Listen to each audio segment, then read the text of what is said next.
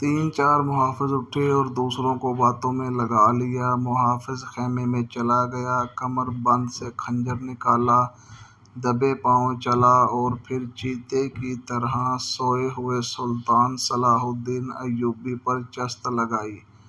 خنجر والا ہاتھ اوپر اٹھا۔ عین اسی وقت سلطان نے کروٹ بدل لی۔ یہ نہیں بتایا جا سکتا کہ حملہ آور خنجر کہاں مارنا چاہتا تھا، دل میں یا سینے میں، مگر ہوا یوں کہ خنجر سلطان کی پگڑی کے بالائی حصے میں اتر گیا اور سر بال برابر جتنا دور رہا اور پگڑی سر سے اتر گئی۔ سلطان صلاح الدین بجلی کی سی تیزی سے اٹھا۔ اسے سمجھنے میں دیر نہیں لگی کہ یہ سب کیا ہے۔ اس پر اس سے پہلے ایسے 2 حملے ہو چکے تھے۔ اس نے اس پر بھی حیرت کا اظہار نہیں کیا کہ حملہ آور خود اس کے باڈی گارڈز کے لباس میں تھا، جسے اس نے خود اپنے باڈی گارڈز کے لیے منتخب کیا تھا۔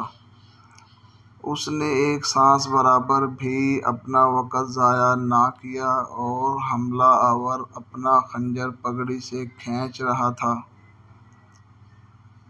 ایوبی کا سر ننگا تھا۔ اس نے بھرپور طاقت سے ایک گھونسا حملہ آور کی تھوڑی پر دے مارا۔ ہڈی ٹوٹنے کی آواز سنائی دی۔ حملہ آور کا جبڑا ٹوٹ چکا تھا۔ وہ پیچھے کی طرف گرا اور اس کے منہ سے ہیبت ناک آواز نکلی۔ اس کا خنجر ایوبی کی پگڑی میں رہ گیا تھا۔ ایوبی رحمۃ اللہ علیہ نے اپنا خنجر نکال لیا تھا۔ اتنے میں 2 محافظ دوڑتے اندر آئے۔ ان کے ہاتھوں میں تلواریں تھیں۔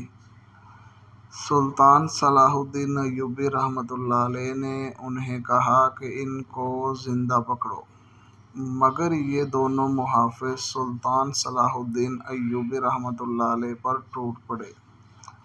سلطان صلاح الدین ایوبی رحمۃ اللہ علیہ نے ایک خنجر سے 2 تلواروں کا مقابلہ کیا۔ یہ مقابلہ 1-2 منٹ کا تھا، کیونکہ تمام باڈی گارڈز اندر داخل ہو چکے تھے۔ سلطان صلاح الدین ایوبی رحمۃ اللہ علیہ یہ دیکھ کر حیران تھا کہ اس کے باڈی گارڈز 2 حصوں میں تقسیم ہو کر ایک دوسرے کو لہو لہان کر رہے تھے۔ اسے چونکہ معلوم نہ تھا کہ ان میں اس کا دشمن کون اور دوست کون ہے، وہ اس معرکہ میں شامل نہ ہوا۔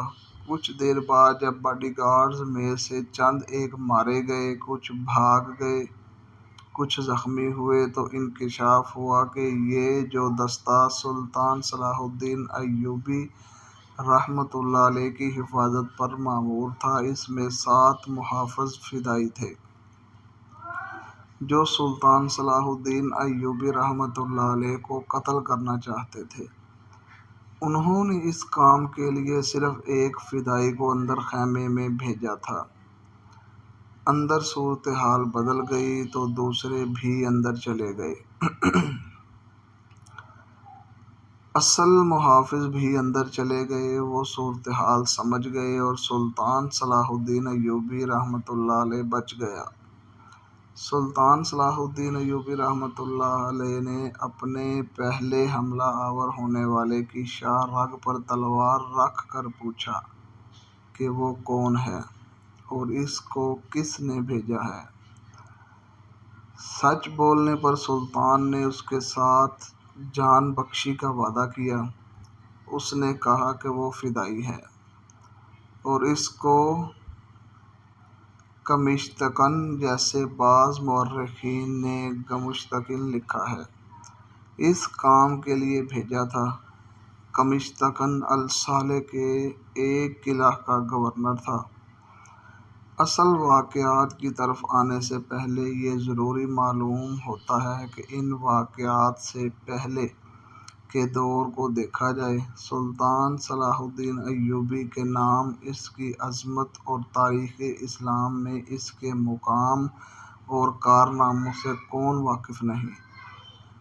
ملت اسلامیہ تو سلطان صلاح الدین ایوبی رحمۃ اللہ علیہ کو بھول ہی نہیں سکتی، مسیحی دنیا بھی اسے ہمیشہ یاد رکھے گی۔